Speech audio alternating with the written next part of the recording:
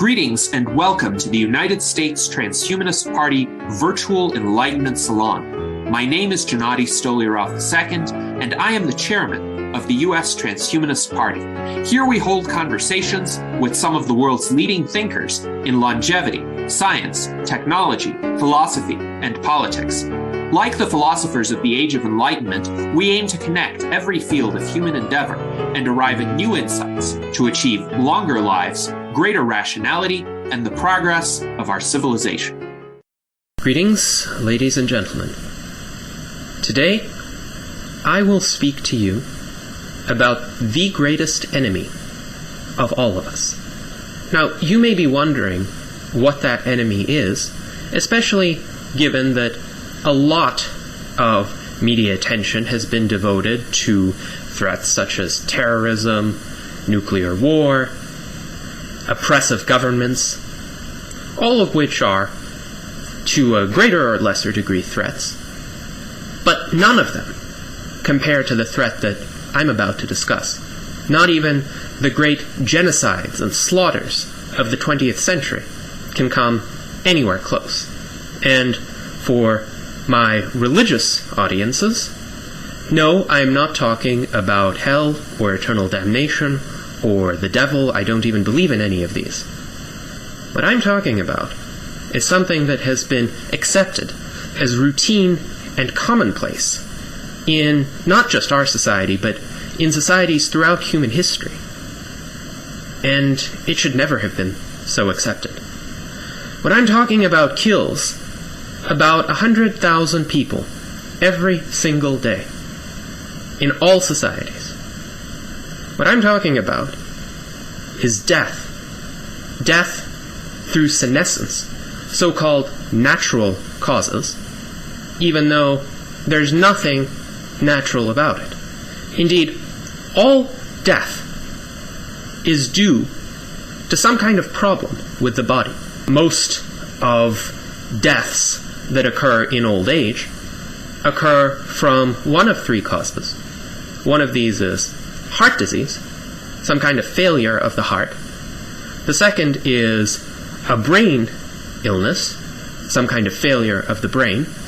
And the third is cancer, cells of the body dividing uncontrollably and essentially going where they shouldn't and disrupting the functions of the organism, eventually disrupting the functionality of the entire organism and causing it to shut down.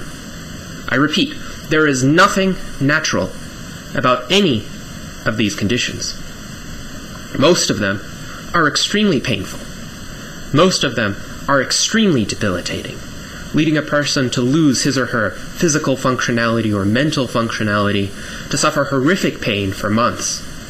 And even the ones who allegedly have the merciful fate of dying in their sleep when they're 90. Why do they die in their sleep when they're 90? Well, their heart just stops beating. And that is a failure, if nothing else. It's not as if they were perfectly healthy and lived full lives up to that point. Their heart had been progressively weakening until the point where it couldn't pump blood anymore. I wouldn't call that a natural cause. I wouldn't call that having lived a full life up until its natural end. No. As a matter of fact, what is now considered death from natural causes, well, that would have been inconceivable even a few centuries ago. The life expectancy in most advanced countries of the world is in the high 70s or the low 80s. Now, this is unprecedented. In 1900, the U.S. life expectancy was only around 47 years. In the Middle Ages, it was only in the 30s in European countries. And so, if you lived to be 50 in the Middle Ages, or if you lived to be 60 in the 19th century, you were most of the time considered to have lived a very long, full life. And if you died, once again, of some kind of heart failure, or brain failure, or cancer, you were considered to have died of natural causes. But there was nothing natural about that. And today we recognize that if somebody dies at 60, that's an extremely tragic outcome. We mourn that person for having passed so early. So why, I ask, should it be any different for somebody who dies at 90 today? Someday, when we do, and it's going to be a when, cure these terrible afflictions of the heart, of the brain, cure this terrible scourge called cancer, we will also say of anybody who died at 90, that person died way too young. And this is a perfect way to introduce my next point, which is the death of every individual, no matter how old or how young, is a tragedy of incomparable proportions. You cannot put any kind of quantifier on that tragedy. You cannot say, for instance, that the death of 1 million individuals is a greater tragedy than the death of one. Because even if we lose one single individual, we have lost something that is completely irreplaceable. An entire internal world of memories, of experiences, of ways of looking at the world that will never again be replicated. Even if that person has left some kind of writing, even if that person has left some memories of him or her in the minds of other people, that's a very indirect way to access what that person was actually thinking, what that person was actually doing, that person's true motivations, and the broad and rich range of that person's experiences. That can never truly be replicated. Now, of course, I'm grateful that so many people in the past have left behind records of their existence. I'm grateful that I'm able to read Aristotle and Voltaire and Bastiat. But I still don't know what went on inside their minds. And moreover, billions of people are now irreplaceably gone, without a trace. Maybe a minority of them have left behind some kinds of names, most of which people don't remember unless they're genealogists. But the vast majority of the people who have died have left nothing behind. Their whole lives are gone, irreplaceably gone. Such a huge waste of human potential. Imagine what we could have learned from these people if they had been alive today. What kinds of skills they would have brought to us. What kinds of memories of the past, of other eras, of things we can only know about very remotely and indirectly from reading the history books. That is a huge loss. And I do not want this loss to continue. I do not want any of the people who are alive today to be gone in this fashion, be irreplaceably gone. Now, some people say, well, this is why you have children. The children will carry on your memory, your legacy, in a better way than anybody else can. And to some extent, that's true. To some extent, children know their parents better than anybody else. But what happens when those children have children, and their children have children? And eventually, somewhere down the line, the great-great-great-grandparents are forgotten, or very little is known of them, or they're only known as mythical figures, the founders of this particular line of the family, perhaps. But what about that rich inner world that these great-great-great-grandparents experienced? All gone, lost, forever, irreplaceably, intolerable. And of course, that's not all. The worst is yet to come. The true scope of this enemy we have not even begun to probe. Next time, I will show you exactly what is at stake and why we must defeat death itself. Greetings. Now, we shall discuss what is worst about death. Worse even than the irreplaceable loss of the contributions, the experiences, the memories of billions of individuals. Namely, what death does to you. Now, your only way of perceiving the world, of interacting with it, of reflecting upon it, is through your body, through the physical and chemical processes that occur within it. And provided that those processes remain functional to some extent, you are alive, you are able to interact with the world. When those processes stop, when enough of them shut down, you stop being able to perceive anything. You stop even being able to reflect on how sad it is that billions of other people are no longer able to communicate with us, no longer are we able to benefit from their contributions. Even the perception of that stops. So while it might be saddening to reflect on the deaths of others, eventually most of us go on with our lives. But this, your own death, is a blow from which you will never be able to recover. It is the worst conceivable thing that could happen to you, because not only will you not be sad, not only will you not be able to overcome anything, you will cease to exist as an individual. You will essentially enter a state of nothingness, oblivion. There are really no good words to describe this state, because our language is so object-oriented. It is so geared toward addressing things that exist, processes that exist. It cannot explain pure non-existence of the sort that an individual's life, the coherence of his organism, assume after death. Now, we can try a little bit of an experiment. Try to close your eyes. Close your ears. Shut them with your hands, perhaps. Try not thinking about anything. Try not feeling anything. Try somehow to not get the nerve endings on your skin to sense anything. Try it. Try not smelling anything. You'll realize quite quickly that what I'm asking you to do is an impossible task. There is no such state for human beings as a state of complete nothingness, complete non-sensation. It is absolutely inconceivable. Even when we sleep, even when we dream, we are marginally aware to some extent. Even when we're in a coma or we're under anesthesia, there is some very low level of functioning of bodily processes that keeps us alive.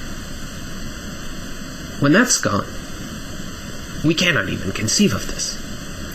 Now, the human mind is wonderful, and the human senses are wonderful, in that, at least indirectly, they can give us accurate information about any datum of existence. Now, I'm not claiming that any single human being can understand everything there possibly is to know.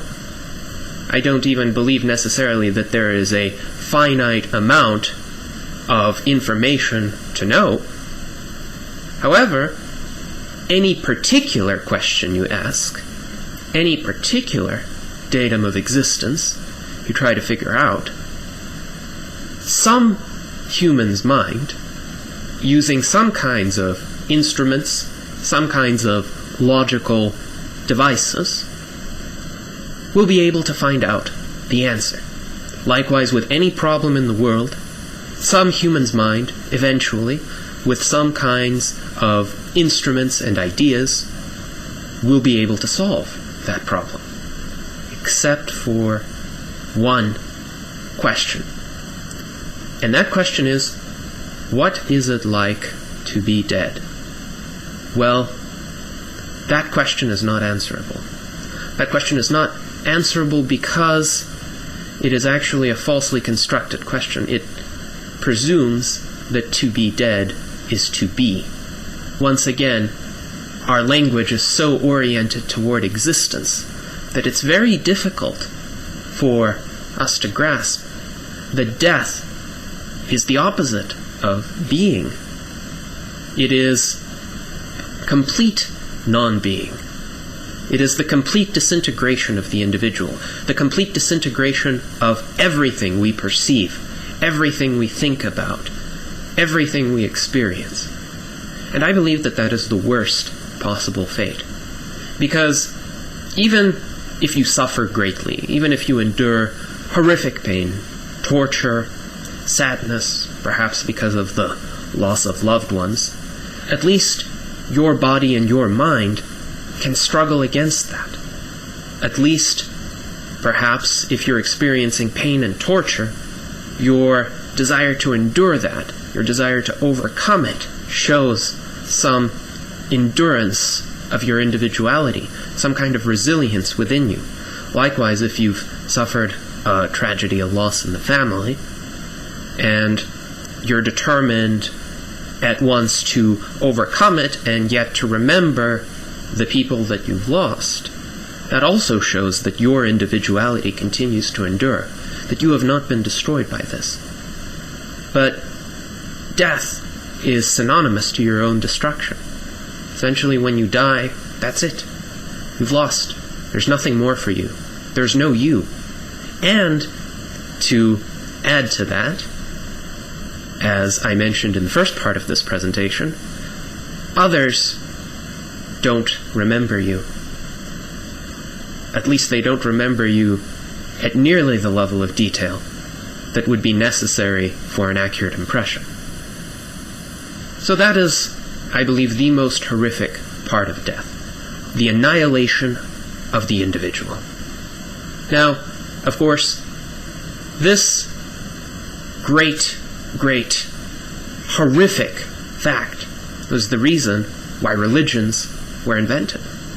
Most people cannot bear the thought of the finitude of their own very existence. And naturally, it's a very counterintuitive thought, because you exist now, you perceive the world now. So surely, you might say, this existence must continue indefinitely.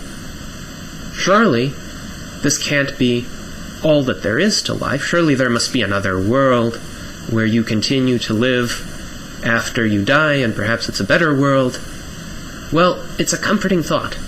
However, I do not see any evidence for another world. I do not see any evidence that the processes that animate our minds, the physical and chemical processes that are responsible for our perceptions, our feelings, our experiences, last when our bodies disintegrate. Because the physical organism is the sum of these processes. So when the physical organism ceases to be and these processes cease to be, how can the result of these processes, namely human consciousness, continue? So death is it. Death is the end. And the sooner we face that reality, the more readily we can combat it. And that, ladies and gentlemen, is where we shall go next. Greetings, ladies and gentlemen. We are now prepared to launch an all-out war on death. A large part of this war will be ideological and intellectual. I will need to convince you that the answers to two questions, a positive question and a normative question, are in the affirmative. The positive question is it possible for us to lift this death sentence that is hanging over all of us? The normative question is it desirable for human beings to live indefinitely? I believe the answer to both of these questions is yes. I will start by addressing the normative question, though I do believe that the positive question can be answered in great detail, affirmatively.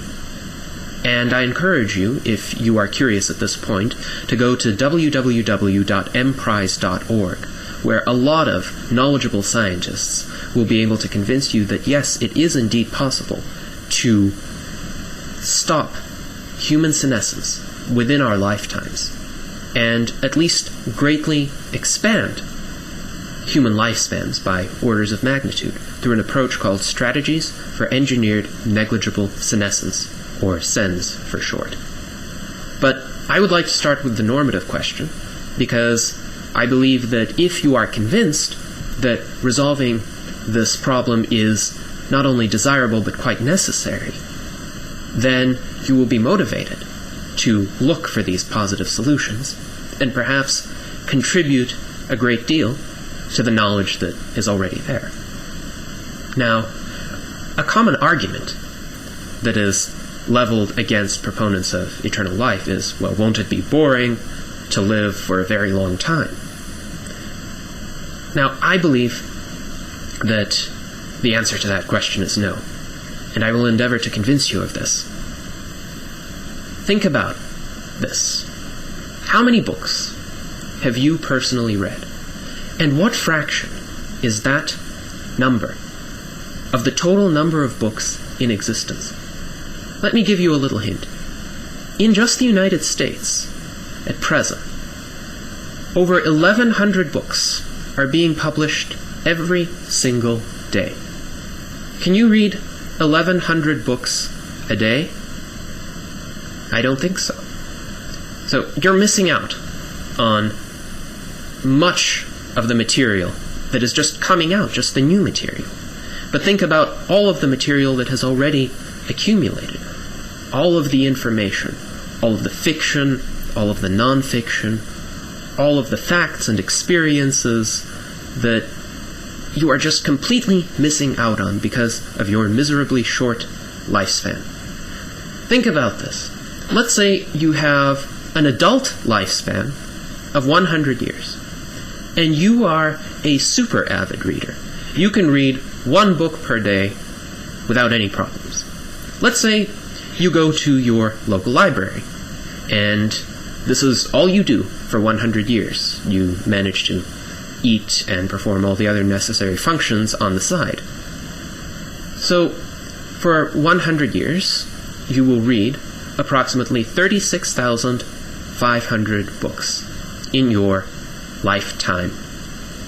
How many books does your local library have? I'm pretty sure it's more than 36,500.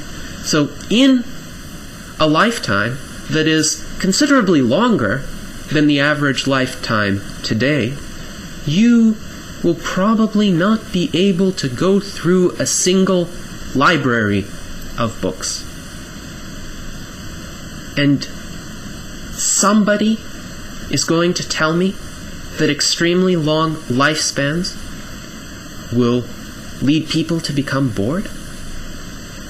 What about all the other experiences that human beings can have? What about all the places that they could see? What about all the art and music that they could experience? What about all of the careers and hobbies and occupations that they could undertake? Surely, you can't run out of these. Remember, there are many more books published every single day than you can read. Not only will you not run out of great new experiences to have, they will be accelerating away from you in terms of the rate of their creation. The number of things you can do increases faster than you can do them. And with the progress of our technology, this will only continue to increasingly be the case. This is like the derivative of acceleration. This quantity of things that you can do will accelerate away from your ability to do it. And the rate at which it accelerates away will also accelerate. And perhaps you could think of fourth and fifth derivatives as well in this sense. So boredom from living a very long time is not possible for a human being that really wants to appreciate what this world has to offer. Now, somebody alleges, oh, it'll all seem the same. Well, my elementary answer is look out into reality. It's not all the same.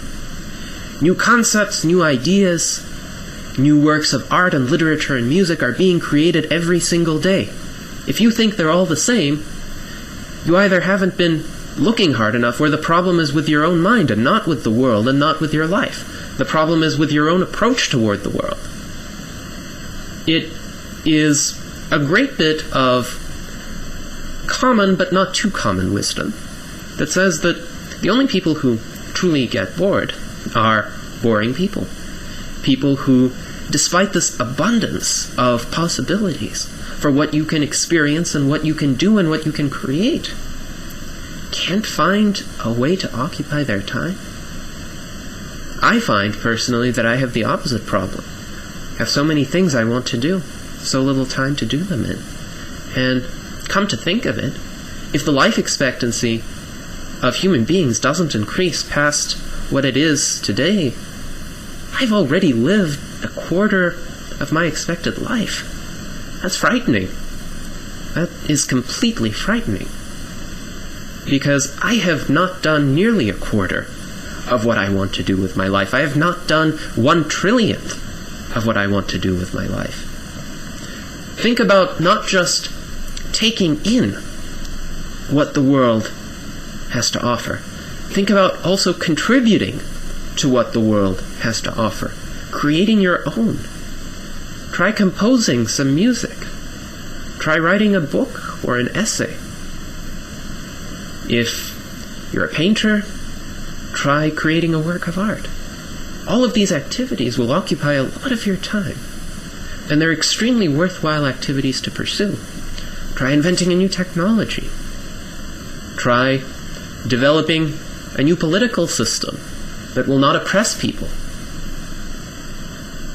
Don't tell me that you will ever be bored, because that is not a problem with human lifespans. That is a problem with some humans' thinking, erroneous thinking at that. A rational individual who likes to work and who can appreciate the world around him will not be bored, no matter how long he lives. He will always have more and more to experience. And what he has to experience, that store of things that he has yet to get to, will only keep increasing and increasing at an accelerating rate. So this argument is defeated hands down. Next, we shall address some other arguments commonly leveled against proponents of indefinite longevity. Greetings, ladies and gentlemen. It is now time for us to strike another blow in the war against death by refuting yet another common argument leveled against indefinite life extension, namely the overpopulation argument, the allegation that if human beings are allowed to live for even a very long time, say 1,000 years, then the earth will become overcrowded, we will run out of resources, and lives will be miserable. Now, I believe that this is a false prognosis for many reasons. First, let's consider what has actually happened in the Western world with regard to the population explosion of the 20th century. Why is it that the doomsday scenarios offered by Paul Ehrlich in his 1968 book, The Population Bomb, failed to materialize? Why is it that we're not having global famines, increasing conflicts over resources, increasing scarcity of everything?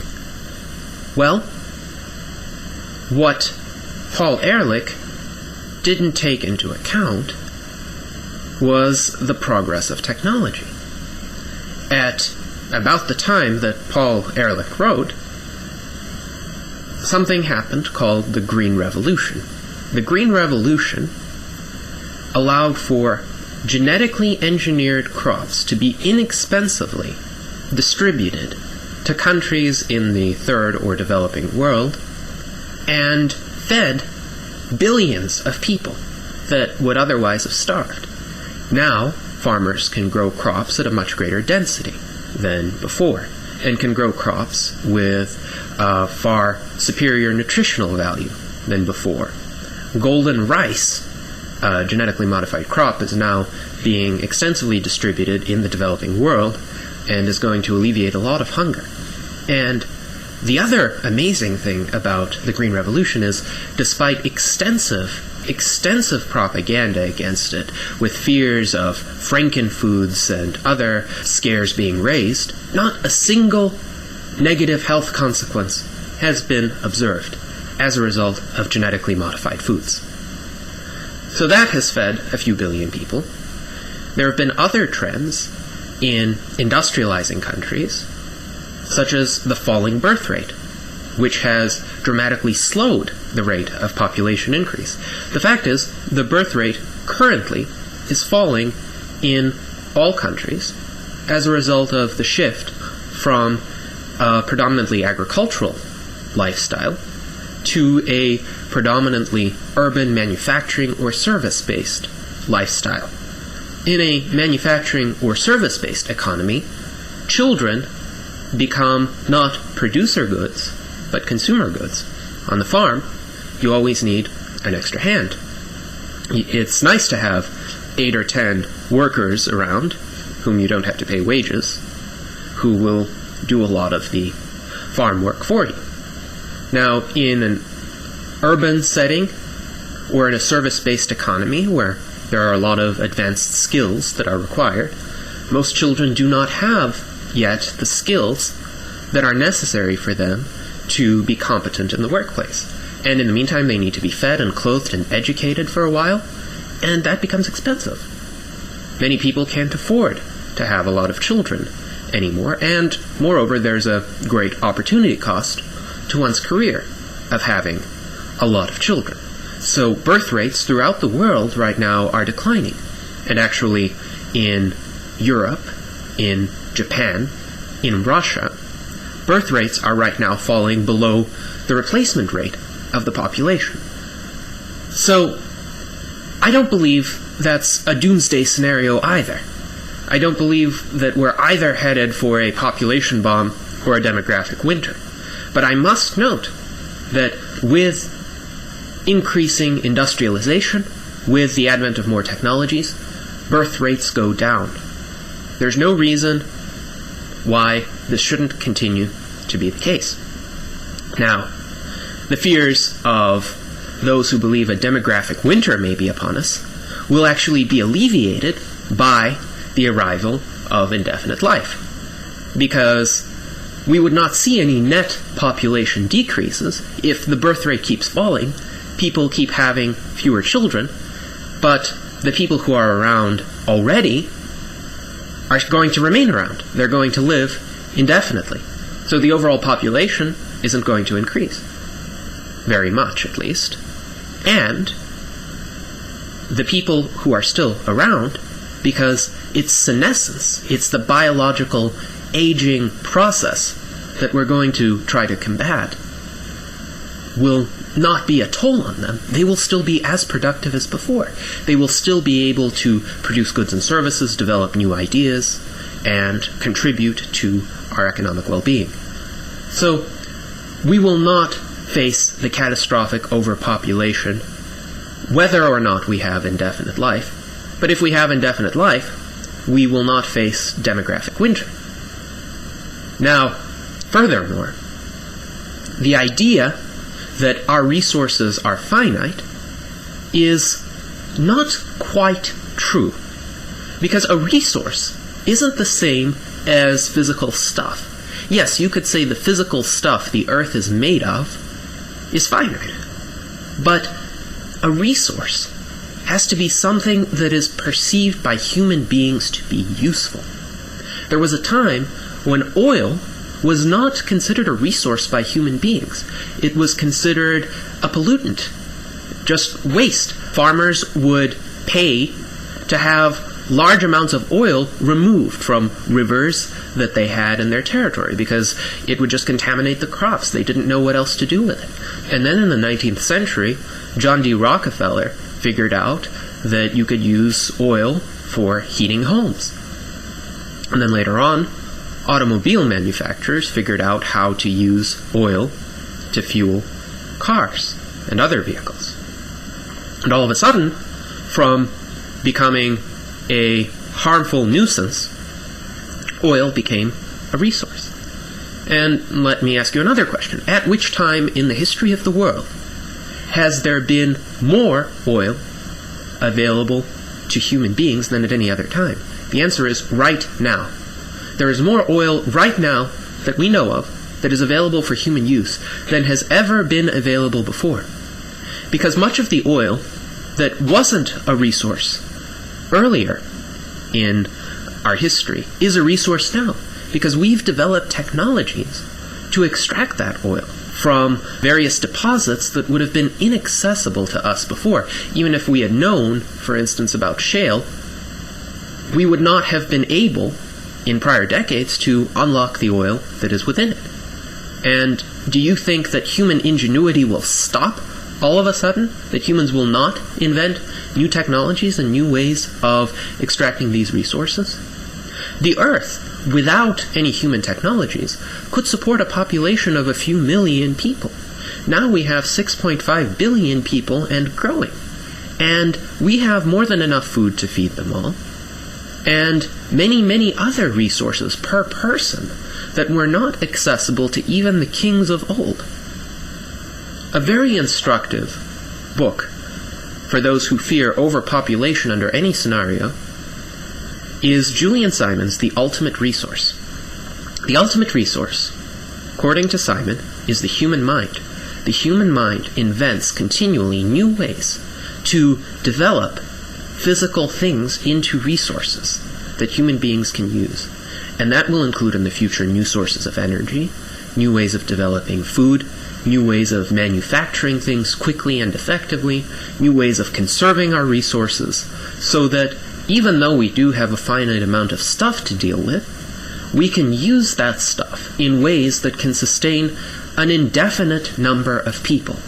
So not only will population probably not increase as dramatically as many predict, we will also always be able to keep up technologically with it, provided that we are free to innovate, and governments do not stifle individual inventors and individual entrepreneurs' desires and initiatives to improve the well-being of humans. Greetings, ladies and gentlemen. Here I will refute another argument that is commonly leveled against proponents of indefinite human longevity, namely the idea that by extending human life indefinitely and lifting this terrible death sentence that hangs over all of us, we are, quote, playing God. Now, it would be easy for an atheist like me to just brush this argument aside and say, well, I don't believe in God anyway, so how can we be playing a non-existent entity? Well, that argument then would not be very convincing to those people who do believe in God. And if you don't believe in God already, you obviously wouldn't be raising the playing God argument. So let me speak to those who would raise such an argument, and virtually all of these people are monotheists who believe in the Abrahamic God.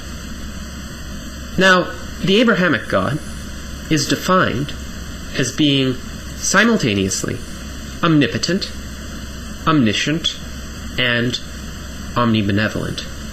Now, I believe that this definition is self-contradictory, but let's leave that aside for a moment. Let's consider, then, what playing God would have to mean. It would have to mean that humans would need to aspire to become simultaneously omnipotent, omniscient, and omnibenevolent. Now, does anyone see a problem with this? I do. It's impossible. It is completely impossible for human beings to ever have the power to do absolutely anything at all. I believe that although any particular challenge can be overcome, overcoming that challenge raises lots of new questions and lots of new challenges that are derivative from that initial challenge, which has just been overcome. Think about what would happen, for instance, if human beings ever managed to send people to Mars. Well, the next question would be, can we establish a habitat for humans on Mars? And then once we've established a habitat for humans on Mars, can we terraform Mars so that we don't have to live in enclosed spaces all the time? And once we've settled Mars, the next question would be, well, what about those planets in other galaxies? Can we go there? What would be the resource expenditures required to do that? So every problem that we solve raises new problems, and at any point in time, we humans will never be omnipotent, no matter what we do. And likewise with omniscience, every question we answer raises 10 or more new questions that we can't answer at the moment, but may answer at some later time. And as for omnibenevolence, well, there will always be evil people, people who intend to do harm. Hopefully, as time passes, there will be fewer of them.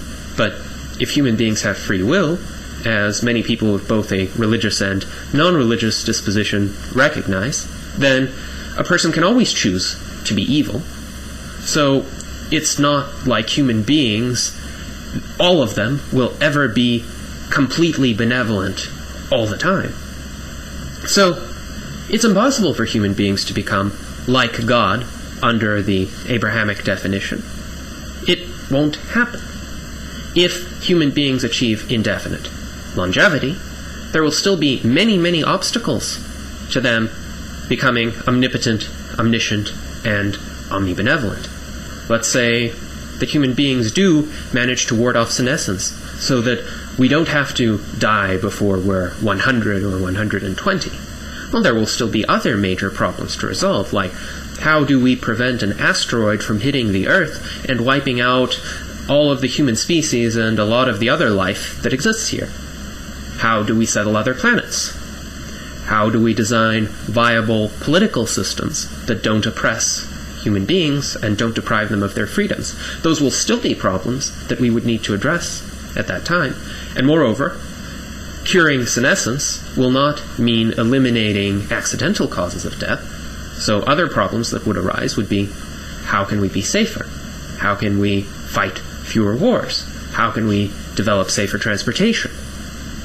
Surely, we would not be gods in any stretch if we lived indefinitely. All that we would be is a little bit less frail and a little bit less miserable. We wouldn't be condemned to death within a geological instant. I say that's not even close to playing God. That's not even thinking about playing God. That's not even dreaming about thinking about playing God. And besides, human beings, in the state of nature, have many fewer capacities than we have today. They're unable to communicate over long distances. They're unable to cure many diseases which are commonly curable today. They're unable to transport themselves very far. They're unable, even in many cases, to fight off vicious predators that currently can be very easily eliminated.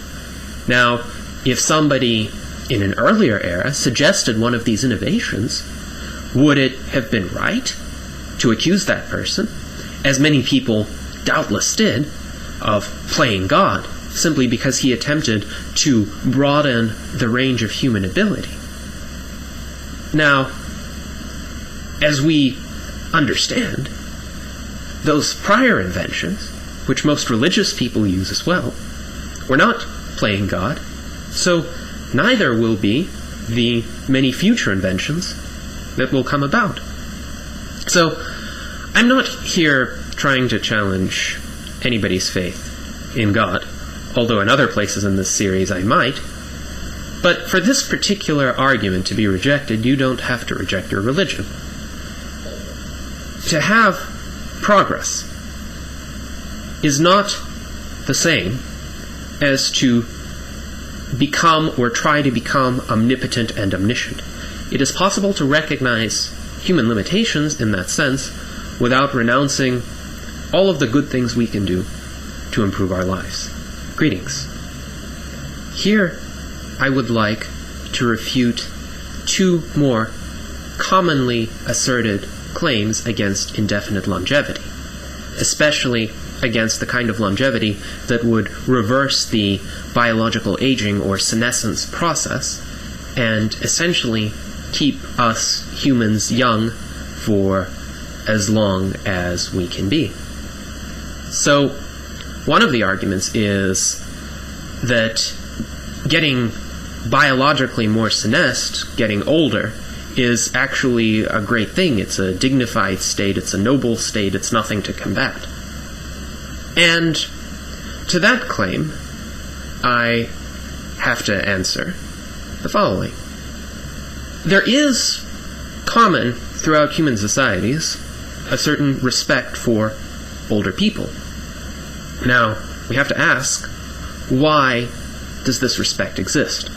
Is it because of superficial characteristics, like they have gray hair, they have wrinkled skin, they're not as physically able as younger people? Surely not. Surely that's not why many people in most societies have respected their elders. The reason why many people have respected their elders is because their elders had accumulated a store of life experiences and knowledge that they could share and pass on and help the younger individuals in that society prevent themselves from making certain mistakes or help them develop faster than they otherwise would have developed. This is why older people have historically been respected. And yes, it is great to have that knowledge and experience. And that's not going to go away with indefinite longevity. Actually, there's an excellent common saying that applies quite nicely to this. It goes like this: if youth knew, if age could.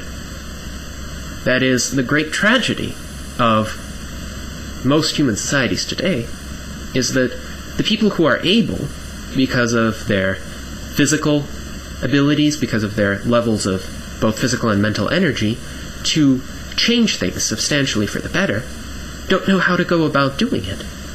The people who do know, who have the life lessons that they need to change the state of affairs for the better, are too frail to do anything about it.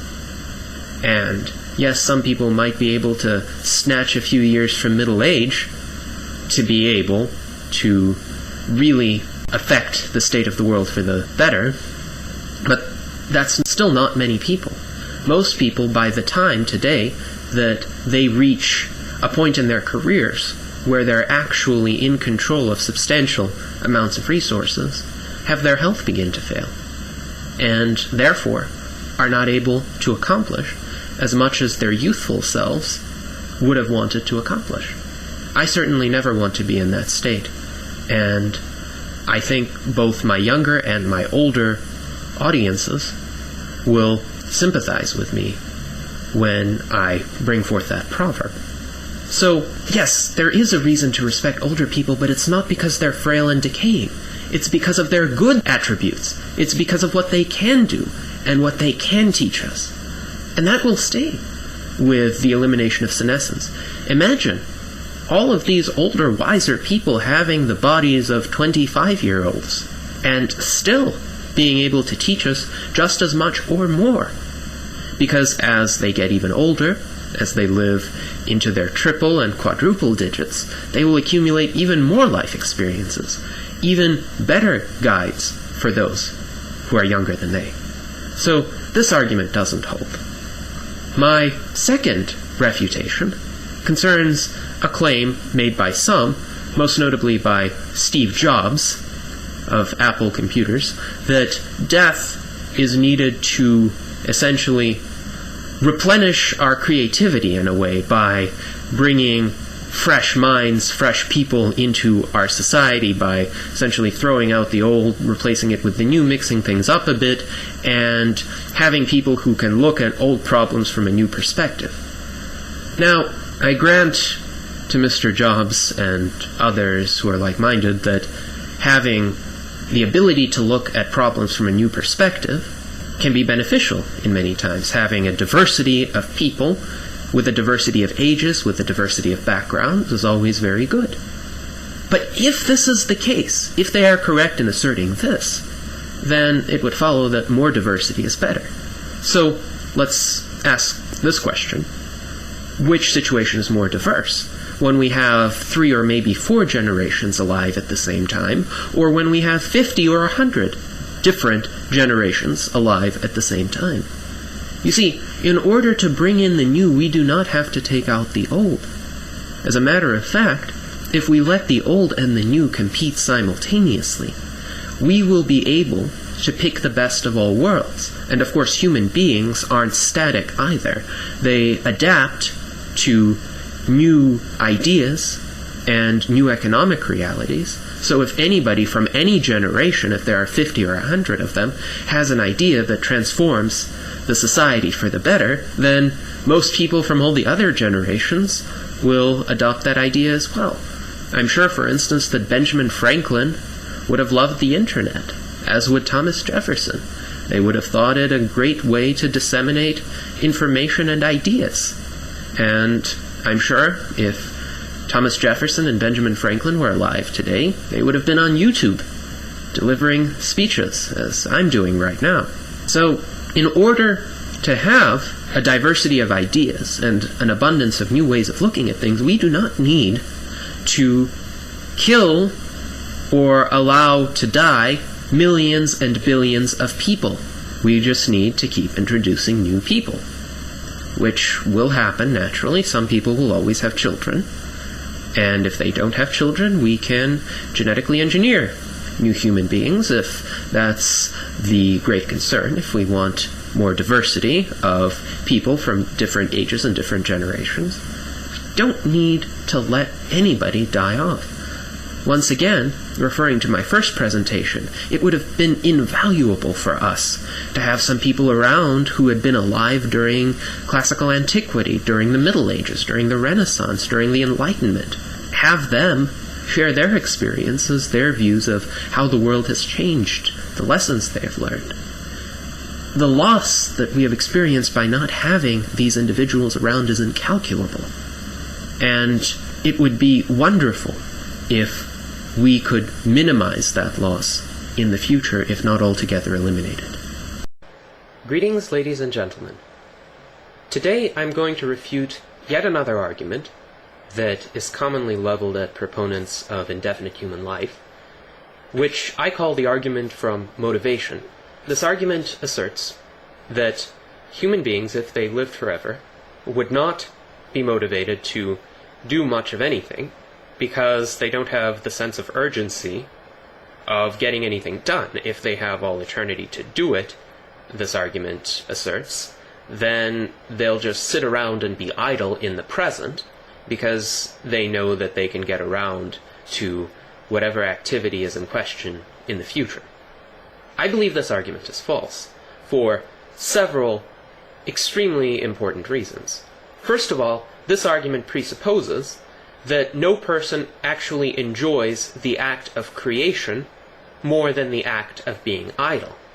But surely, I have not met a single musician who did not enjoy the act of producing music, or a single painter who did not enjoy the act of painting, or a single inventor who did not enjoy the act of inventing.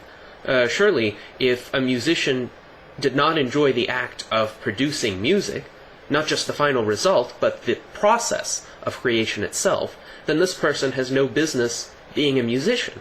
He should do something where he actually enjoys the process, and the process doesn't just bring him disutility and stress. Moreover, people don't just enjoy the act of creating something, they enjoy the satisfaction that comes with having accomplished something. And so long as they are idle, so long as they do nothing, try to conserve their energies, they don't get that enjoyment. And eventually, the longer a time they spend being idle, the less marginal benefit they get from every additional moment of idleness, and the greater the marginal cost they incur from the foregone opportunities that they could have been utilizing at that time. So this explains, for instance, why even today, most people would get tired after sitting on the beach for a month. They might enjoy it for the first few weeks. They might consider it a useful respite from their everyday stresses. But then, after a while, it becomes monotonous, and they want to once again get back to work. If they had all eternity to lie around on the beach, I think they would get tired just as fast, if not faster, and want to get back to work. So, it seems that this argument for motivation presumes that work is always perceived to have a disutility that is much greater than the disutility of idleness, which is not the case. The law of diminishing marginal utility would state the contrary. Now, furthermore, let's assume the worst-case scenario, which is that the vast majority of people, once they get to live forever, are indeed idle in this way, at least at first. Now, of course, it would be absurd to assume that everybody, absolutely everybody, would think this way. And really, it takes only one counterexample to turn this scenario into a non-issue. So I'll introduce a counterexample. Myself.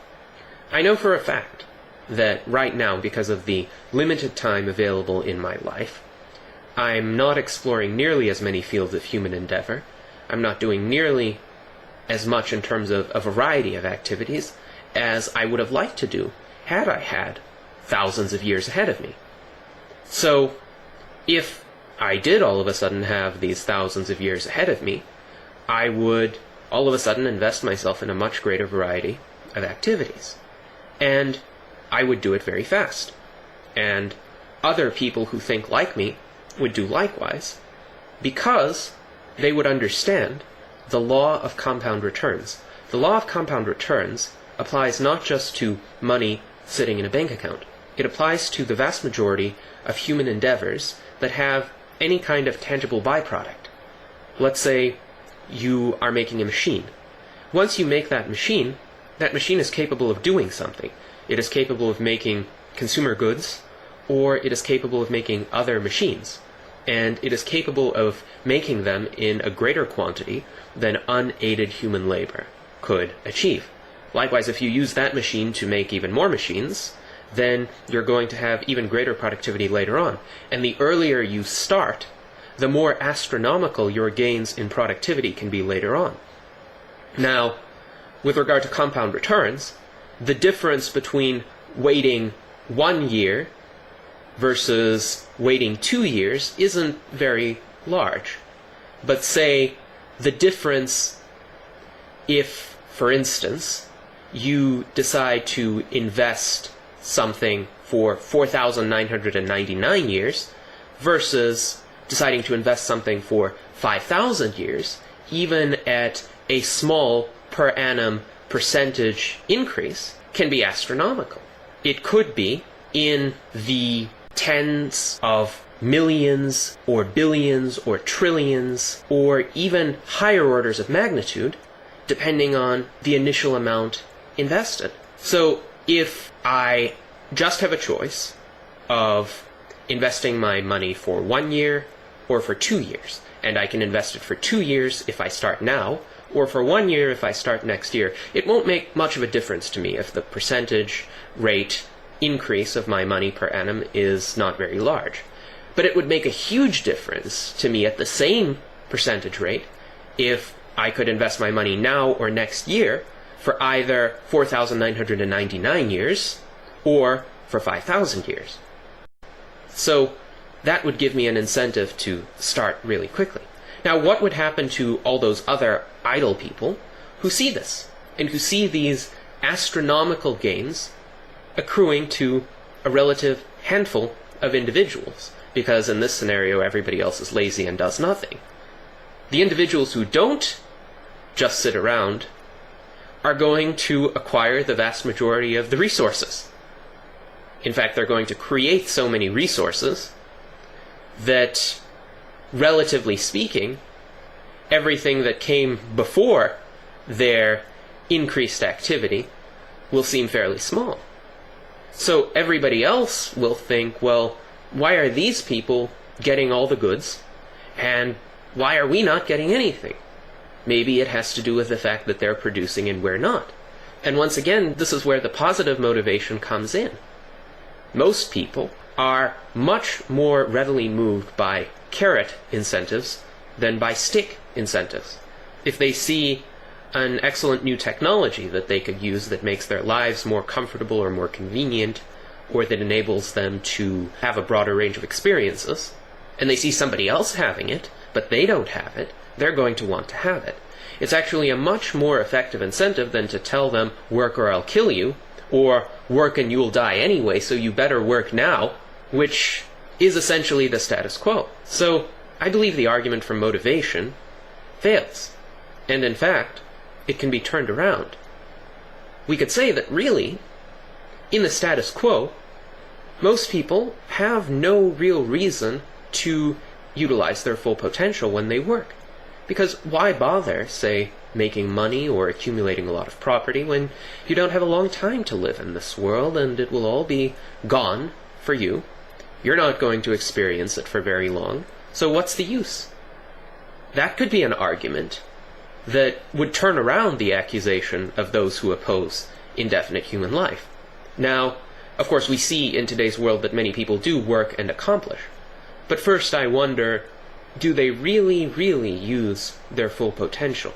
Or, deep down, do they know that perhaps they could be working harder if they had a more compelling reason to do so? And second, of course, many people either try to ignore the thought of death. We don't think about it on a second-by-second basis. If we did, it would be debilitating. Or they try to essentially convince themselves that they're not really mortal after all. Think about the function of religion. Religion, at least Western monotheistic religions, and many polytheistic religions as well, try to convince you that you have an afterlife. And in the afterlife, you're going to live a better life than you do currently. You'll be rewarded for all the good things you've done in this world. So you had better do good things now, because this is a test phase of your existence. It's like a trial period of sorts. So many people who believe this, because they consider themselves immortal even though they're not, they have a motivation to accomplish more. Now, this ersatz immortality, this illusion of immortality, in my view, with all due respect to religious individuals, is not as good as the real thing. Because most religious people have had doubts, and they have had good reason to have doubts. There really is very little evidence that this immortality is in fact the case. So why place your bets on something so uncertain when you could work for a certain, or at least a highly probable, indefinite longevity in this world? You know that this world exists. You don't know that the afterlife exists. But with regard to motivation, it is certainly the case that a large percentage of the world's population is motivated to work on a day-by-day basis by a conviction of immortality. So the argument for motivation fails on multiple counts. Greetings, ladies and gentlemen. The next allegation that I would like to refute, and this allegation has frequently been leveled against proponents of indefinite life, is that if eternal human longevity ever becomes available, it would become available only to the wealthy, and this would create an elite of unprecedented proportions, since the wealthy would not only have an advantage in resources that they do now, they would also be immortal, whereas everybody else would be mortal, and their immortality would give them more experience and a greater ability to collect even more resources. Well, I believe this is an extremely implausible scenario. First of all, in refuting this scenario, I'm going to assume that these cures for human diseases and other bodily perils are going to be available on a relatively free and open market. They're not going to be rationed or distributed by the state to people who are favored by the state, and only to those people. If the state did control the distribution of these cures, then we might get an elite. It wouldn't be an elite of the wealthy, it would be an elite of the politically favored. as we get under socialized medicine today. So, in a free market, however, this wouldn't happen. What happens in a free market has been described by Ray Kurzweil with regard to the adoption of many kinds of technologies, including computer technologies, other household implements, means of transportation. What happens is the first stage of a technology is one in which the technology is very expensive, very unreliable, and indeed only available to the wealthiest few, the people who are actually willing to put forth the tens and hundreds of thousands of dollars required to experiment with this new plaything. Now, later on, however, as the customer base for this technology expands, and as its creators and others who enter the field figure out more effective ways and cheaper ways to manufacture it, the technology becomes more widely available. It now is priced in such a manner that the middle class can afford it. It might still be fairly expensive, and it might still be a little bit less reliable than people would want, but it would be more broadly available. And then ways to mass produce these new devices come about, and increased competition comes into the field, which of course places a premium on higher quality products at lower prices. So now the products become very affordable, and quality goes up, they become more reliable. And the final stage that these technologies reach, as we've seen with many computer programs and intranet-related applications, is that they become virtually ubiquitous and virtually free. Think about how much you're paying for your email access right now. It used to be fairly expensive. In the 1990s, you would have paid $30 or $40 a month for a few megabytes of email storage. Now they're virtually free, and the storage you get is functionally unlimited. So the same will occur with cures for various diseases. Certainly it's very costly these days to develop a new drug or a new treatment procedure. It would be probably less costly under a fully free market, where the FDA wouldn't exist to require a litany of overly stringent tests. But nonetheless, there would be some kind of expense associated with it.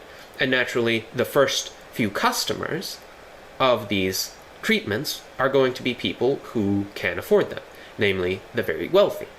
But this initial stage is quite necessary for the technology to develop and essentially diffuse to the rest of the population. These wealthy individuals who are trying out the technologies at first are actually taking on a fairly extraordinary level of risk. What if the treatments go wrong? Now, if your iPod goes wrong, you don't lose very much. You might be down a few $100s. And if it's the newest version of the iPod, you might be disappointed. You were expecting something that would work and that would give you all of these new functions, and now you don't have it. But if it's a treatment for a disease, it might even backfire. It might not even be that reliable, and those wealthy few clients might actually suffer greatly.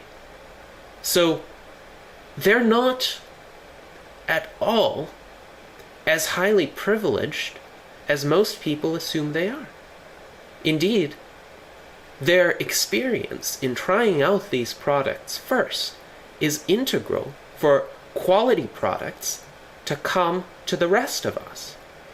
Because let's say a particular treatment fails for some reason, well, the scientists, the doctors, the inventors who have been developing it are going to learn something from it, and are going to try to make sure that it doesn't happen again. So, yes, there may be an initial stage in which the wealthy will be the first beneficiaries of these new technologies. But also, think about who these wealthy people would be. It probably wouldn't be the healthy wealthy people. It would be the ill ones, the ones with currently terminal diseases, say cancer, or Alzheimer's, or certain kinds of diabetes. So, wouldn't it be beneficial for these people to live instead of dying? That's not asking for very much. That's not asking for them to control society. That's just asking for them to live. Isn't it a tragedy when any human being dies, no matter what his net worth is? So, surely it's perfectly justified for the wealthy to be the first people to try these things out. And those of them who do have my profoundest respect. I probably would not want to be one of the first people to try out these therapies. Of course, if I were terminally ill, I would have no choice. Anything is better than nothing. And probably many of these wealthy people would be thinking the same. So, quite the contrary. There's not going to be an elite that results from indefinite human life extension. Rather, there will be a group of pioneers that pave the way for the rest of us. And eventually, these treatments and technologies will be at least as ubiquitous as aspirin is today. And eventually, we will all be able to get cheap, high-quality treatments that will extend our lifespans astronomically, at least compared to how miserably short they are today. Greetings, ladies and gentlemen. Today, I would like to talk about the very common phrase that is used: there's nothing certain in life except death and taxes. And I believe that this saying is quite representative of the resigned attitude that all too many individuals have toward their ultimate non-existence in this world. They believe that it is something unavoidable, something inescapable, and while other events might turn out differently from what they expected, this one is certain to occur. And it's interesting also that they adopt the same attitude toward taxation, which is the foundation for all of the other compulsions of government. Now, interestingly enough, it turns out that neither death nor taxes are as certain or as inescapable as many people make them out to be. For taxes, this is the subject of another video series. With regard to death, not only is death not inevitable, there are certain species of animals existing today that either can completely escape death or can at least come extremely close. There are many kinds of animals that exhibit what is called negligible senescence. They might age biologically at a very slight rate, but much slower than we humans do. And some of these are actually species of turtles. In fact, the painted turtle exhibits negligible senescence, as does Blanding's turtle and the eastern box turtle. There are a few other animals and plants that exhibit this property. For example, the rough-eye rockfish exhibits this property. Also, the red sea urchin. Both of these can live over 200 years, and this has been observed. Moreover, the ocean quahog apparently can live up to 400 years. And to top it all off, certain plants also have negligible senescence. The most prominent example is the Great Basin bristlecone pine, which has been observed to live for 4,731 years. So these creatures have already in their organisms an ability to resist this kind of decay.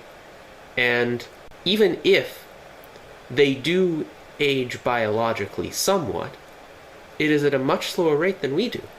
So we have something to learn about how these creatures manage to do that. And certainly, if these biological mechanisms already exist in nature, it should be possible eventually to adapt them to other organisms, namely ourselves. But it gets better. There is one animal that is functionally immortal. And this might surprise you, because it is not the typical candidate for functional immortality. As a matter of fact, if you saw it, you would either think it was very strange, or you might dismiss it as something too insignificant to merit your notice. It's about 4 to 5 millimeters in diameter, so it's barely visible. It's a jellyfish, or a hydrozoan, and its genus and species name is Turritopsis nutricula. These jellyfish have 8 tentacles when they're young, and they develop 80 to 90 tentacles as they reach maturity. Now, what's fascinating about these creatures, though, is no individual remains in an adult state once it has reached an adult state for the rest of its life. Rather, through a process called cell transdifferentiation, the Turritopsis nutricula once again reverts to a sexually immature condition. So it's the parallel of somebody growing up from a child to an adult and then having some process to turn him or her back into a child again, and then growing up again, becoming a child again, and doing this repeatedly. What's fascinating about this is, through this process, these tiny jellyfish are able to render their cells and their entire organisms younger. They essentially reset their biological clocks, and they can keep doing this indefinitely. It's a fascinating process, and scientists have much to learn from this creature and from the others which exhibit negligible senescence. But death and taxes are certainly not inevitable, and the moment we cease accepting them as inevitable, we can start to find feasible, real-world solutions, hopefully in our lifetimes, which is why I'm making this video series, and I'm trying to convince you to change your outlook on this question if you haven't already, and if you have, to continue the good work. Thank you very much. Greetings, ladies and gentlemen. Today, I would like to talk about the phenomenon of cognitive dissonance, especially as it pertains to death. Now, cognitive dissonance is a fairly extensively studied phenomenon in psychology. People who exhibit cognitive dissonance hold sharply contradictory views on greatly related subjects without really being able to notice the tension. And I think the greatest cognitive dissonance in all of humanity has to do with death. And it is as follows. When any individual whom we know dies, if we are decent people, if we are not murderers or sadists, if we do not rejoice at the suffering and destruction of others, we are very sad. We mourn the loss of that person, even if we didn't particularly like that person when he was alive, even if we thought the person might have been annoying or disagreeable, or even hostile to some of our interests. Say, if some competitor in our careers, or say somebody who politically tried to thwart us, dies, we still mourn the death of that person. It's, I believe, undeserved for a human being to die, even if that human being holds very wrong ideas.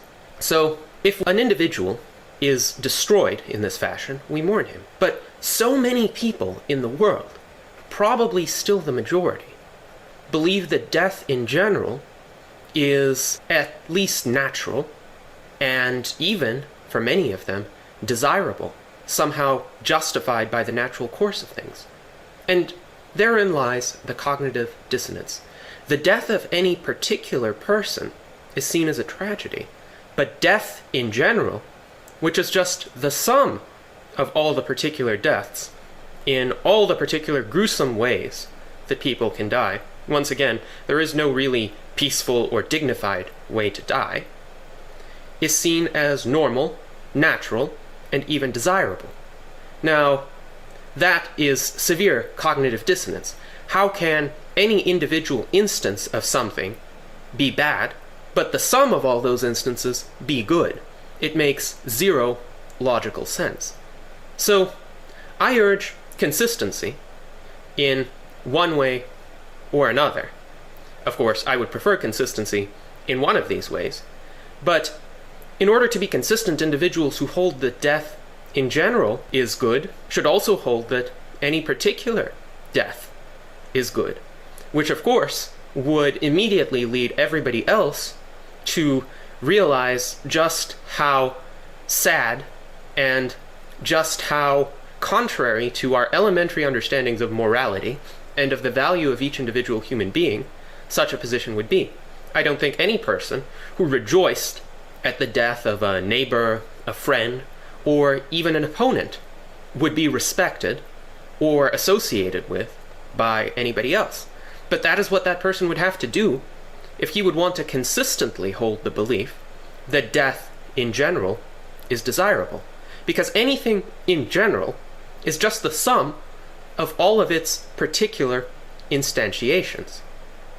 Now, of course, I believe the much better consistent position is to hold that death in general and particular instances of death are all undesirable.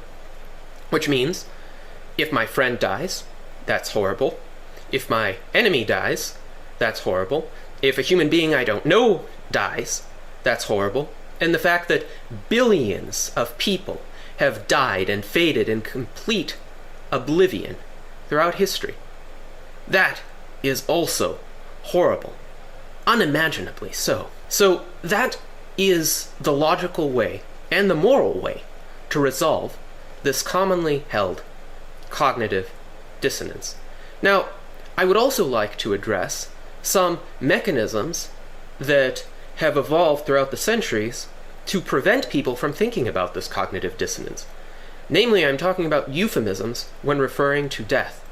Now, one of the ways to be able to think that the death of an individual is a tragedy, while the death of millions, as Stalin put it, is a statistic, or even something great and noble and natural, is to conceive of individual death as something qualitatively different from general death.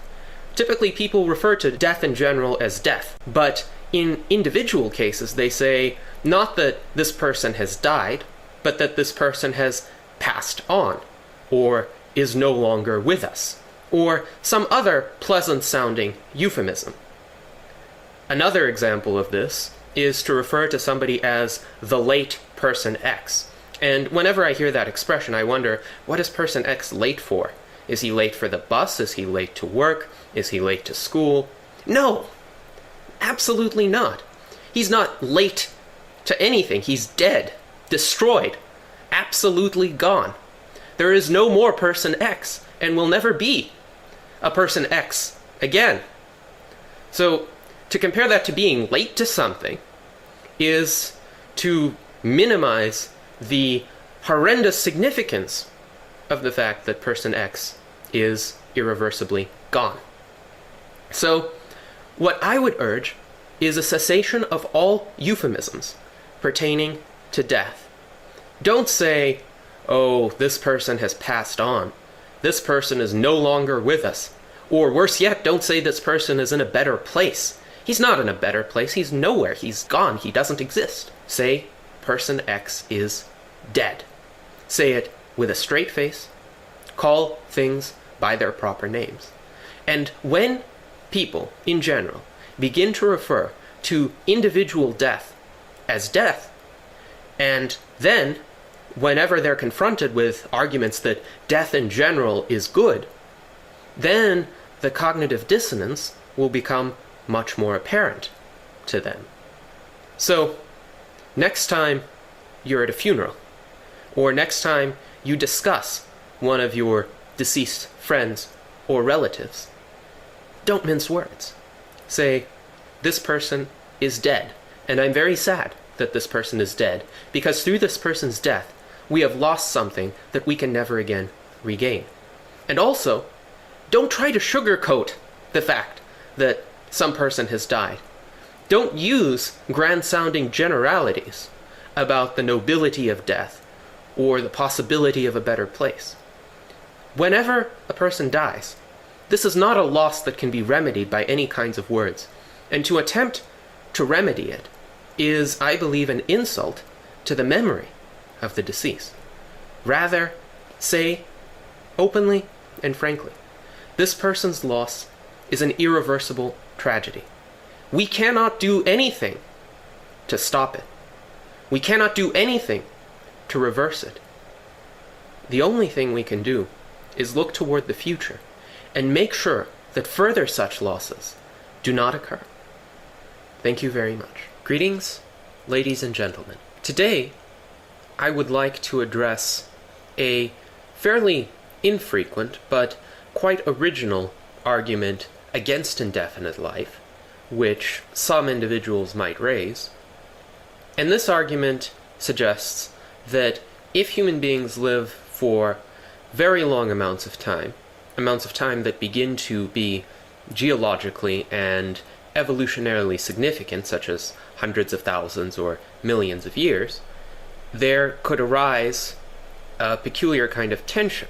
That is, human beings who are 100,000 years old, for instance, might be very genetically different from their distant descendants, who, because they are separated by such a long time, there will have been time for evolution to substantially alter and change the makeup of the human genome and the qualities possessed by members of later generations of the human species. So this, according to those who promote this argument, might lead to certain peculiar social tensions if the evolution is such that the humans of the future have developed some remarkably superior capacities. For instance, then the humans who are older might have disadvantages in economic terms or in intellectual terms. They might be looked at as just curiosities or relics of the past. Now, this is a very interesting argument, certainly, but I don't believe that this is the scenario that will actually occur under indefinite life. And here's why I don't believe that it will occur. We need to think about what needs to happen to each individual in order for him to achieve indefinite life. Obviously, if we had the exact same bodies that we do right now, with all of their vulnerabilities, then we could expect to live, if we led healthy lifestyles, anywhere from 80 to 120 years. So, in order to live any longer, it's obvious that modifications would need to be made to the bodies of individual human beings. And these modifications would need to be made during their lifetimes. So it's not that we, in our present forms, are going to continue to exist forever, and our genetic descendants are going to have different forms simply because of their evolution. Anybody who lives for a very long time will have to undergo periodic modifications to extend his or her longevity. For instance, we would need to figure out a way to rejuvenate various kinds of cells so as to prevent junk from accumulating within the cells or outside of the cells. We would need to prevent mutations of DNA within the nucleus of the cell and within the mitochondria of the cells. This obviously would be a very significant intervention in our biology, a kind of intervention that evolution in the pure biological sense would probably take billions of years to accomplish. But the main point is that through technological and medical intervention and alterations made to our organisms, we would be able to progress as individuals much faster than even biological evolution with the most positive outcomes would enable human individuals to progress over time. The fact is, biological evolution happens very, very slowly. And moreover, there's no guarantee in biological evolution that the traits that we as individuals consider most desirable are the traits that are going to be selected for. Rather, biological evolution simply occurs due to a natural selection process. The organisms that happen to be best adapted to the particular environment that they're in, and that environment includes freak accidents and natural disasters and various other very hostile circumstances, those are the organisms that survive. In some eras of the Earth's history, it was the complex organisms that were wiped out, and the very small organisms, such as the ancestors of all mammals, were the ones that survived, because they happened to be better suited. So biological evolution doesn't have all the desirable characteristics that technological progress does. Technological progress, because it is guided, directed, planned to a certain extent by human beings to take into account what human beings want as an improvement to themselves and their environments, has much more immediate results, and results that we as individuals find much more desirable. So I believe that come 100,000 years from now, the effects of biological evolution, while there might be some of that on the human species, would be extremely insignificant compared to the effects of technological evolution. What we are able to do to ourselves, due to our increased knowledge of science, engineering, medicine, and as a result, each of us as individuals would be able to benefit from modifications from the technology, including genetic modifications. So if it does happen that some mutation, by a very, very small probability, improves some individuals of the human species, then that mutation could also be incorporated into our further technologies. Genetic engineering could, of course, alter the genomes of existing individuals in order to assimilate any kind of favorable mutations into those genomes. So, as a result, technological evolution will predominate over biological evolution. Now, this is not anything new or radical. It has already been happening since the agricultural revolution of about 10,000 years ago. Think about it. How much of our progress has been determined just by changes in our genome versus how much of it has been determined by what we have done to ourselves and to our own environment. Virtually everything around us in our everyday lives has been created by humans. And indeed, our speech, our morals, our social and political systems, our machines, our instruments of learning, are all a product of technological evolution. So, comparatively speaking, the role of biological evolution will be very small. And if there are differences, they could easily be compensated for by the similar opportunities that humans of the future will have technologically. So I don't think there will be a gap between us, if we manage to live 100,000 years into the future, and our very distant descendants. Greetings, ladies and gentlemen. Thus far, in this series of videos, I have given numerous arguments for why death is the greatest threat to human beings, and why eliminating it is extremely desirable. I have also refuted numerous commonly made arguments to the contrary, and I've hinted that it is possible to reverse senescence, to delay senescence, and to live indefinitely, as certain organisms in nature already do, or at least come very close to doing. Now, I'm going to delve a little bit more into the question of feasibility, and try to convince you that it is indeed possible to achieve indefinite human longevity within our own lifetimes. The work that I'm going to be relying on here has been done by Dr. Aubrey de Grey of Cambridge University, who is both an engineer and a biologist. He has a PhD in biology, and he is also quite experienced in terms of computer engineering. And one of the wonderful things about de Grey's approach is that it's not the approach of the conventional scientist, who's primarily focused on theories and research and figuring out essentially how does one understand the status quo and how things work in the status quo. The mind of the engineer is more targeted toward solving problems, figuring out what is wrong here or what needs to be done, and how our existing knowledge can be used to solve that. So what Dr. Degrey has done is provide an overarching synthesis of the knowledge that exists up to our time about the causes of human senescence and biological decay. And what Dr. Degrey has found is very encouraging. There are 7 basic causes of damage that accumulate in the human organism as a result of senescence. All of these 7 causes have been known for at least 26 years.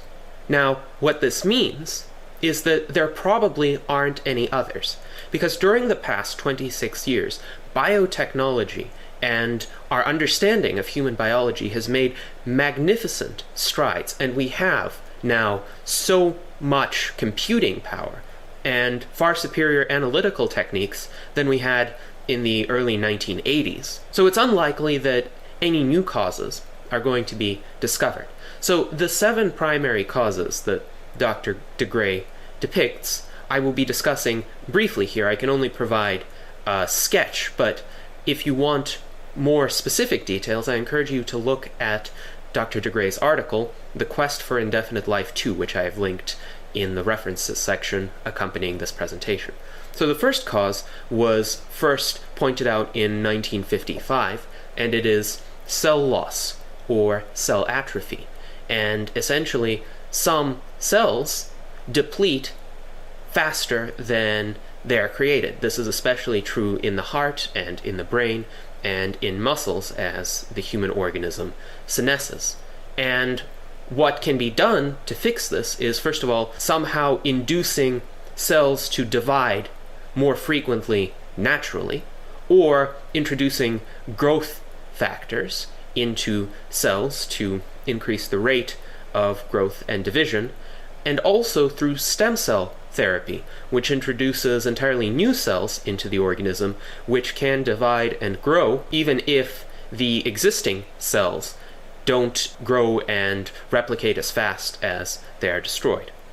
The second cause is nuclear mutations of nuclear DNA, and the primary problem in that realm is cancer, because cancer is an extremely dangerous threat. If one cell in the whole body achieves a cancerous mutation, that could kill you.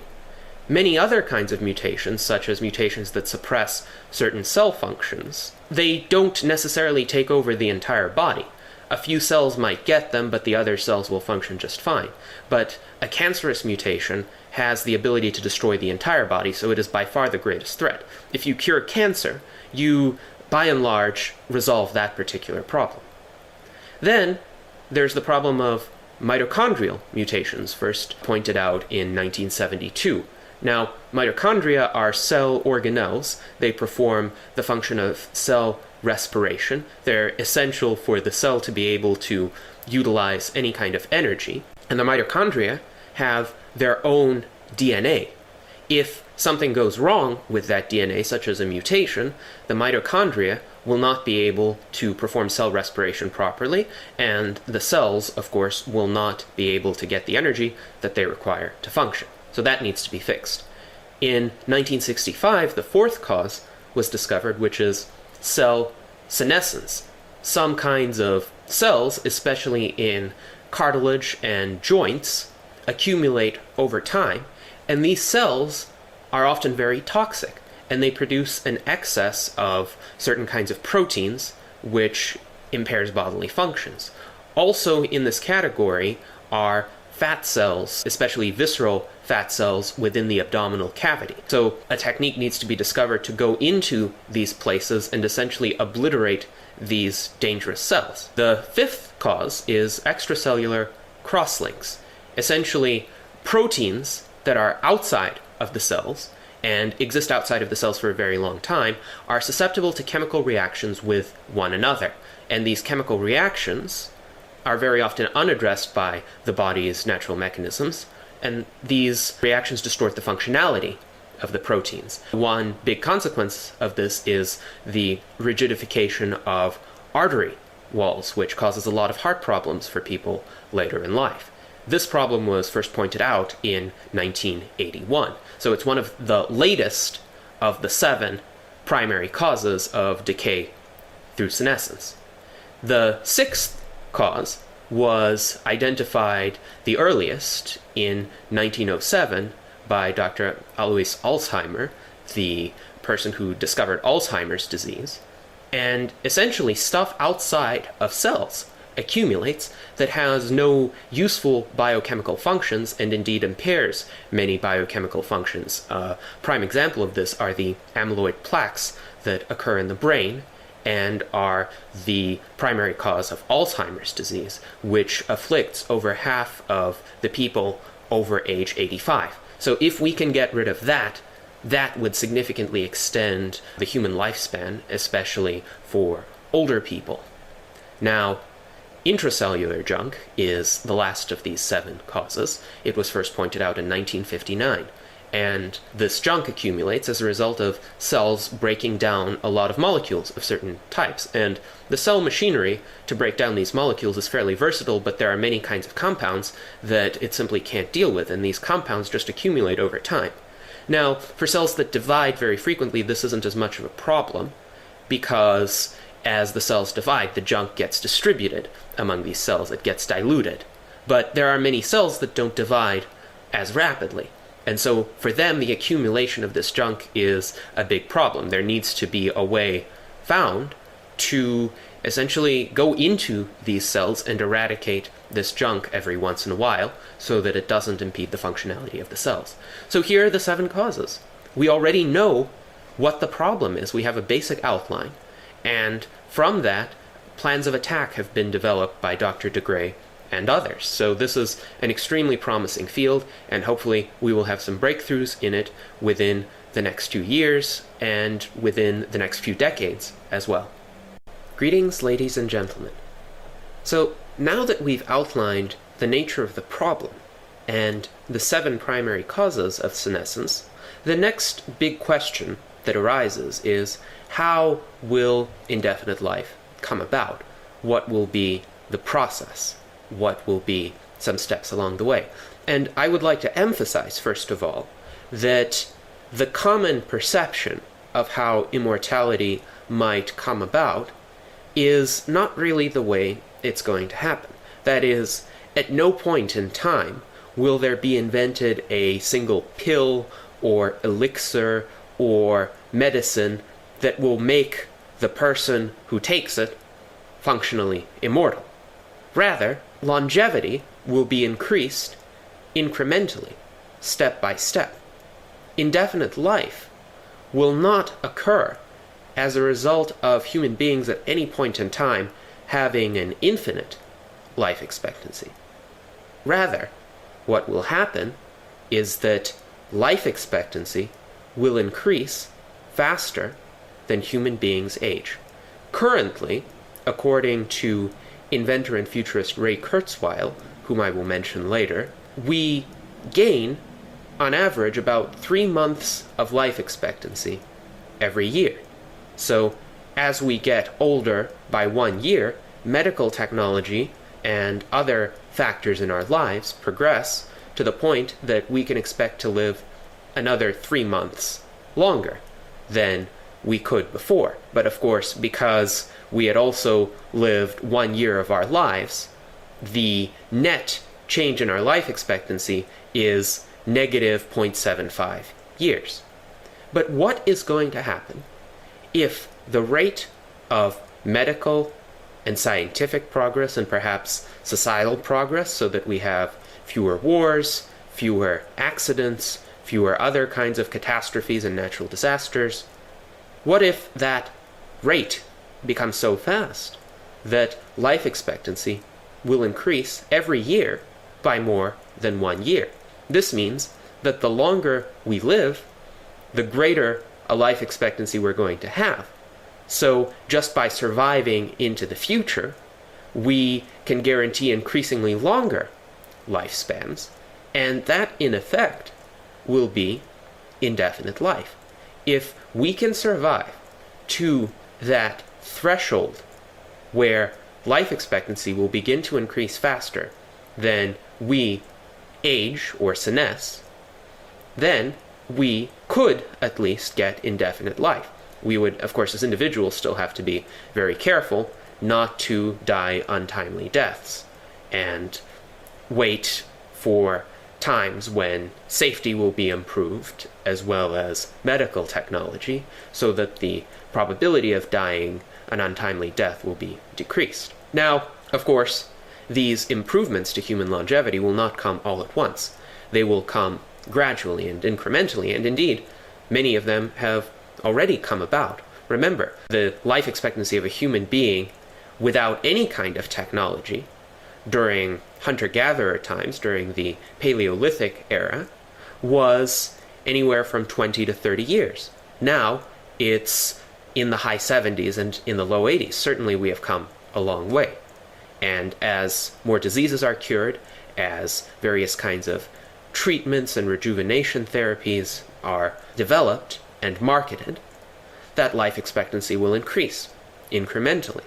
And I believe it will increase at an accelerating rate, because all of the discoveries of the past and of the near future will also fuel the discoveries of the more distant future. So some of the earlier immediate stages of this transition to indefinite life will involve experimentation on other mammals to show that life extension in those mammals is feasible. Indeed, efforts have already been well underway in this direction through the Methuselah Foundation and the Methuselah Mouse Prize. This is the brainchild of Dr. Aubrey de Grey, whom I mentioned in the previous video in this presentation. So the aim of the Methuselah Mouse Prize is to convince the general public that life extension in mammals by significant amounts is technically feasible. And if a lot of the general public and a lot of investors are convinced, then there will be much more funding available for research on human life extension. So there are two kinds of prizes under the umbrella of the Methuselah Mouse Prize. There's the Longevity Prize for making mice live as long as possible, and then there's the Rejuvenation Prize, where you take mice that are already fairly advanced in their age and you try to make them biologically younger, and thereby extend their life expectancy. And we already have had remarkable accomplishments in that field. Now, it's important to keep in mind that mice live on average for about 2 to 3 years. So let's say, roughly, that 3 years is about 100 mouse years. Now, the current winner of the Longevity Prize is Dr. Andrei Bartka. Dr. Bartka has been able to get mice to live for 1,819 days. That is the record-holding mouse right now. That's 4.98 years, almost 5 years, or about 166 2/3 mouse years. Can you imagine how phenomenal it would be if we could get a human being to live for 166 2/3 years? Well, it's now possible in mice relative to typical mouse life expectancy. And the current Rejuvenation Prize is held by Dr. Steven Spindler, who, through techniques of caloric restriction, took mice that were about 19 months old, a little more than 50 mouse years old, and got them to live on average 1,356 days. That's approximately 123.83 mouse years. So imagine taking a human being who's a little over 50, and through some kind of rejuvenation therapies, first of all, making that human being 15 to 20% younger to start with, and increasing that human being's lifespan to an average of over 120 years. That's absolutely remarkable, what has been done in this field so far. And of course, research continues. There are numerous teams who are competing to break these records, and I wish them all the very best. And of course, we cannot predict the precise path that life extension is going to take. If we could predict it fully, if we could explain it in full technical detail, then we would be able to do it right now, and the problem would be solved. But as we can see, there is an overarching strategy.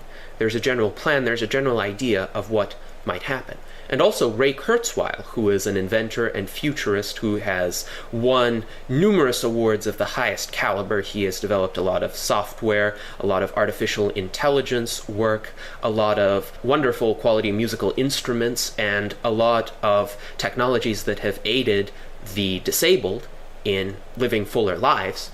He predicts a gradual merger between human intelligence and artificial intelligence, and a combination of the relative strengths of the two. So certain aspects of computers are going to be incorporated into human minds and human bodies. For instance, the ability to crunch a lot of very routine calculations very quickly. Computers can do that, we can't. However, we can do a lot of qualitative processing of ideas much better than computers. Computers, at least at this stage, aren't very much inclined toward intelligent and creative argumentation, even though some of them are getting there. So an integration of human capacities and computer capacities would lead to much more intelligent beings, and these would still be us with our consciousness. It's just we would be enhanced in our abilities. And these beings, of course, we would be able to invent new technologies at a much faster rate than humans currently can, even with the help of computers who are separated from them. So, as a result, we can expect an acceleration of the rate of progress in extending human lifespans. So, that's a very hopeful pathway by which indefinite life extension can occur. And I wish all of these innovators, these scientists, the entrepreneurs, and the visionary thinkers all the best in defeating this greatest foe of humanity.